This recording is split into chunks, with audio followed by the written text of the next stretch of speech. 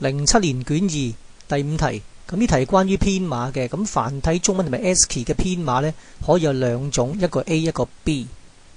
咁喺編碼 A 裏面呢，可以有兩個 byte 嘅，一個 byte 就代表 ASCII。如果兩個 byte 嘅話呢，就係中文嚟噶啦。一個 byte 一定係由0開始嘅，如果兩個 byte 嘅話呢，一定1開始嘅。咁而第二種編碼有分開一個 byte、兩個 byte 或者係3個 byte 嘅。咁照舊啦，如果係一個 byte 嘅話，0開始呢就係 ASCII 嚟噶啦。咁另外如果係兩個 byte 嘅話呢，一定係110開始嘅。咁而3個 byte 呢，就係3條1再加個0開始嘅。咁兩個 byte 同埋3個 byte 就係分別代表啲繁體中文字啦。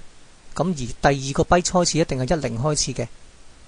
咁當然啦，常用嘅中文字咧會用兩個 byte， 咁而冇咁常用嘅中文字要用3個 byte。問題 A， 咁喺兩個編碼裏面呢，繁體中文字嘅數目有幾多呢？或者可以咁講啦，咁有幾多個不同嘅組合呢？去代表中文字呢？咁睇翻編碼 A 先啦，繁體中文係兩個 byte 嘅，一定1開始噶啦。咁所以其他後邊啲 X 呢，就可以0，亦都可以1嘅。咁所以你有8加7有15個1啦。咁所以佢不同嘅組合呢，0101嘅組合呢，就可以有2嘅 power 15個咁多。咁即係32,768。咁而編碼 B 呢嘅中文字可以有兩款，有啲係2個 byte，有啲係3個 byte。咁先呢2個 byte先啦，2個 byte 因為呢5個 bit 係規定咗嘅，咁所以其他仲剩翻呢，就有11個 bit 呢，就唔規定嘅，可以0可以1嘅。咁所以2嘅 power 11個不同嘅可能性。咁而3個 byte 呢，有2嘅 power 16個不同嘅組合。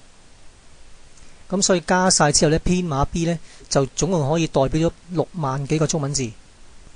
問題 B， 咁下邊有3組不同嘅 bit pattern 呢，咁邊一組呢係由編碼 B 製作出嚟嘅呢？咁我先睇第一組先啦。第一組1字開始嘅，咁所以呢應該係中文字嚟噶啦。咁後邊呢一個就冇規定嘅，咁所以佢可以係編碼 A 嘅。咁至於編碼 B 得唔得呢？110嘅話呢，咁即係第二款呢係2個 byte 嘅。咁但係呢，佢規定咗呢，第二個 byte 一定係10嘅，但係呢個11，咁所以呢個唔可以由 B 組成嘅，一定係 A 噶啦。咁至於第二組嘅 bit pattern 呢，3個都係1開始嘅，咁所以呢個肯定係中文字啦。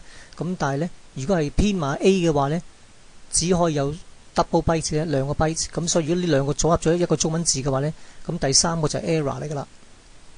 咁所以呢個組合呢喺 A 度呢冇可能發生嘅。咁至於 B 呢，就我哋可以睇翻第三種啦，3條1開始嘅就係3個 byte 嘅，咁而後邊2個 byte 10開始，咁所以呢個呢係應該屬於編碼 B 嘅。咁至於第三組呢有3個 byte 呢，咁可能係編碼 B 呢，咁但係佢0開始嘅，咁所以呢個呢第一個係 ASCII 嚟嘅。咁既然呢個 ASCII 嘅話，剩翻2個 byte 呢就係中文啦。咁我哋睇翻呢編碼 A 先呢。咁根據翻編碼 A 呢，第一個要係1字啦，咁後邊呢就冇所謂嘅，咁所以呢個可以係編碼 A 嘅。咁而編碼 B 呢，再睇翻啦，中間呢一個110開始啦，咁跟住10嘅，咁所以佢 A、B 都可以。咁所以答案就係2同埋3啦。問題 C， 咁呢兩個編碼方法除咗佢個字數不同之外呢，咁佢各自有咩優點呢？咁個答案就係呢，編碼 A 呢就比較簡單啲嘅，1個 byte 或者2個 byte，2個 byte 就中文嚟噶啦。咁佢需要儲存嘅空間就比較少啲嘅。咁而編碼 B 嘅好處係咩呢？就係容易搜尋同埋可以好容易揾到個錯誤碼出嚟嘅。